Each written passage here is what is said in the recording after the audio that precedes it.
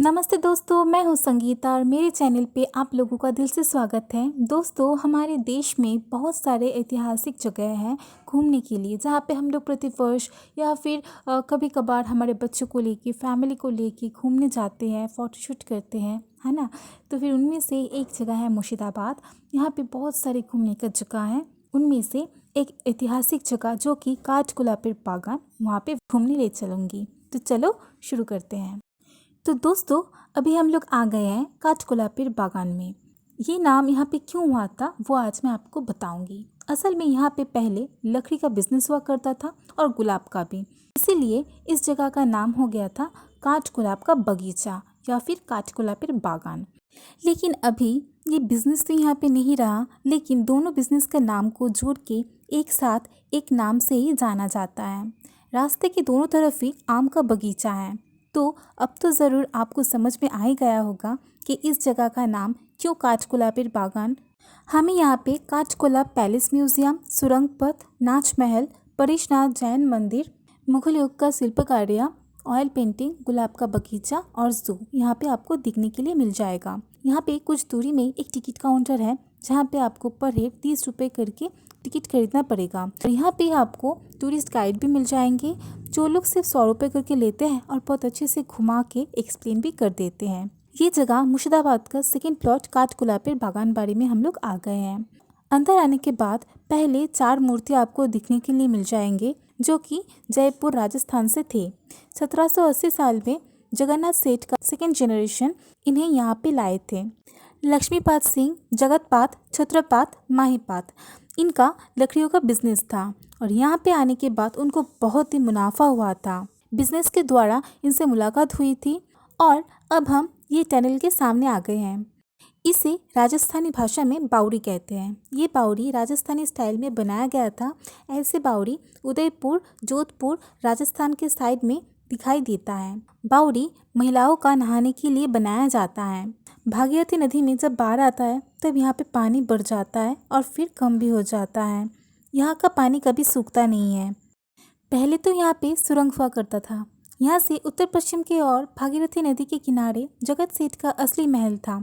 1847 में भागीरथी नदी में इतना भयानक बाढ़ आया था, जिसके कारण मुर्शिदाबाद के और भी 2 इम्पोर्टेंट हिस्टोरिकल जगह डूब जाता है, जिनमें से एक जगह था सिराजुद्दौला के महल, जो कि लखनऊ के भूल भुलैया के पैटर्न में बनाया गया था, जिसका नाम था हीराचील। और दूसरा जगह था जगत सेठ का ओरिजिनल घर। उस वक्त वहाँ पे भागीरथी नदी का पानी आ जाता है और ये 2 जगह डूब जाता है और भागीरथी नदी का पानी डायरेक्ट अटैच्ड हो जाता है। अभी जो मालिक है वो सेफ्टी के लिए यहाँ का गेट हमेशा लॉक करके रखते हैं। और अब हम लोग आ गए हैं म्यूजियम में, जो कि 40 से 50 फीट ऊंचा है। बाहर जो 4 मूर्तियां हम लोग देखे थे, वो 4 भाई यहाँ पे एक साथ बैठ के फ्री टाइम में समय व्यतीत करते थे। और ये जो बागान बाड़ी मतलब बंगलो है, ये 260 बीघा जमीन के ऊपर बनाया गया था। और थोड़ी दूरी में दाहिनी तरफ पड़ेगा जू, जो कि पश्चिम बंगाल का सर्वप्रथम जू या फिर पर्यावरण है। यहाँ पे कोई भी पशु नहीं है, लेकिन विभिन्न प्रकार के पक्षियाँ, खरगोश देख पाएंगे। बाएं तरफ ये जो शेर के स्टैचूज देख रहे हैं आप लोग, ये उस वक्त के पौधे लगाने का टॉप हुआ करता था। चीने माटी के पत्थर में नक्शा करके अलग अलग जगह पे ऐसे सिस्टम में टॉप बनाया जाता था। कोई एक जगह पे पानी डालो तो सब जगह में अपने आप पानी पहुंच जाता था। अब हम आ गए हैं काठगोलाब पैलेस पुकुर मतलब तालाब में।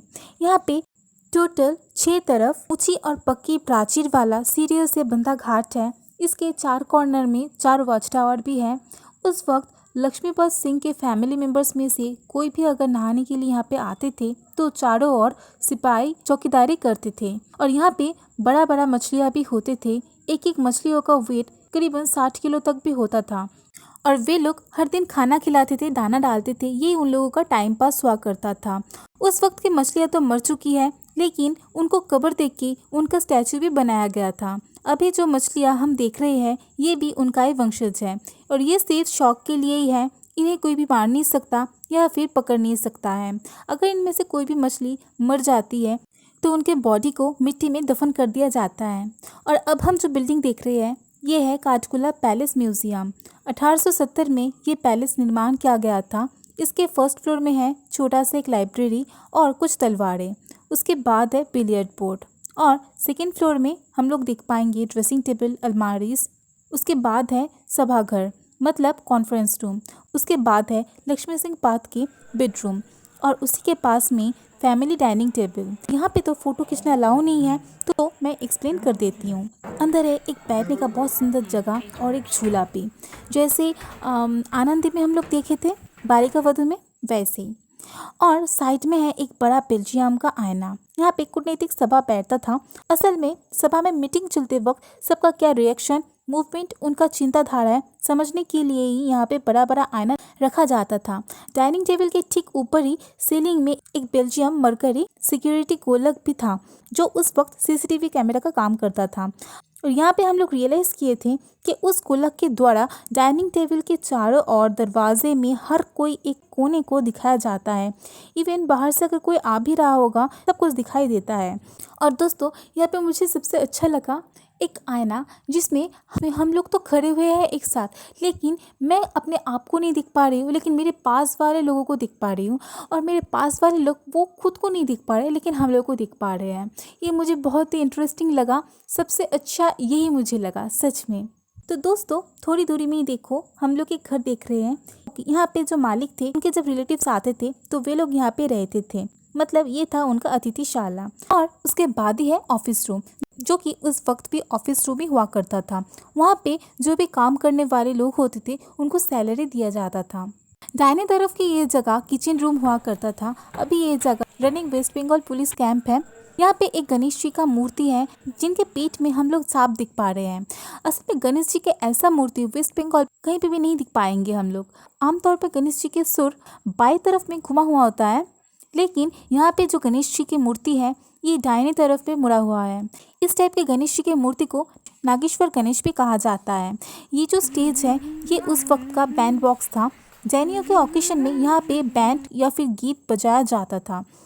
ये जैनों के श्वेत भैरव मतलब शिव जी का मूर्ति है। जैनों के दो संप्रदाय हैं, एक है दिगंबर और दूसरी है सितंबर। ये लोग हैं सितंबर जैन। इन लोगों के गुरुदेव यहाँ पे श्वेत वस्त्र पहन के आते थे, और जो लोग दिगंबर जैन थे उनके गुरुदेव निकट आते थे। और यहाँ पे है एक छोटे से बजरंगबली जी की मूर्ति।